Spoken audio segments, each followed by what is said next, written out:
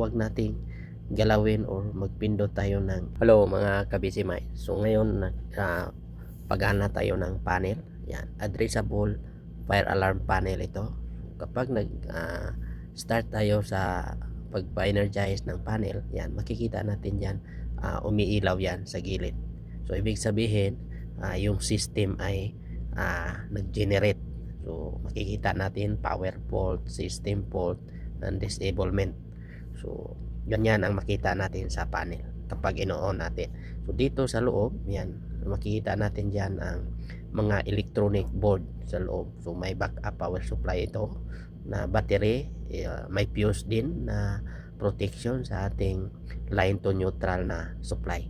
So yan ang nasa loob ng panel. So tandaan natin na hindi tayo pwedeng magkamali diyan. So yan ang makikita natin sa screen kapag nag-reading yung system. So unti-unting mawala yung light indicator dyan sa screen. So makikita din natin na nagbilang ng device yan sa bawat loop yan. Pagkatapos niyang mabasa niya lahat na nakakonek na device sa panel, so mawala yung light na disable at saka system fault.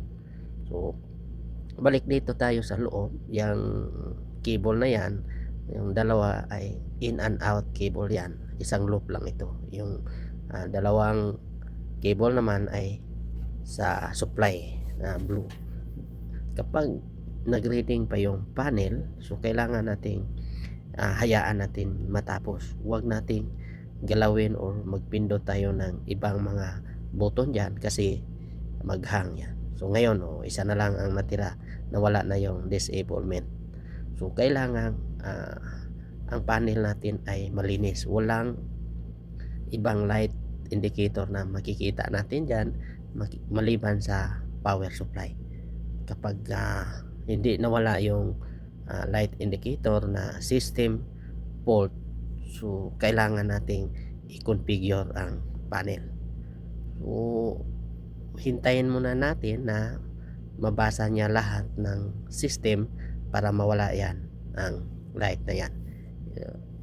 Kung hindi ito nawala, so ang gagawin natin dyan ay i-configure, or bago natin i-configure, tingnan muna natin sa info kung ano ang dahilan sa ilaw kung bakit hindi nawala yan.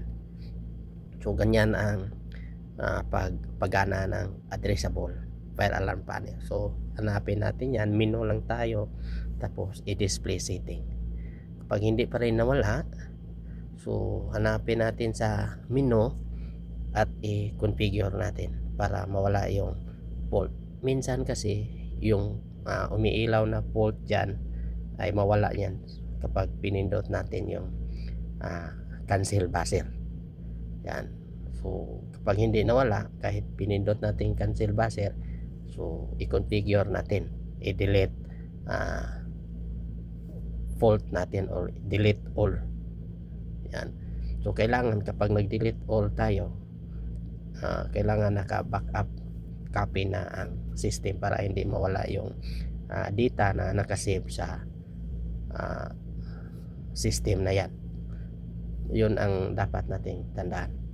So makikita naman natin dyan sa mga menu kung anong button ang pipindutin natin. Basta mawala na yung ilaw, ibig sabihin clear na yan lahat. So ang tawag dyan sa system na yan, may lalabas sa screen na panel healthy. So dyan natin makikita kapag i-display monitor natin.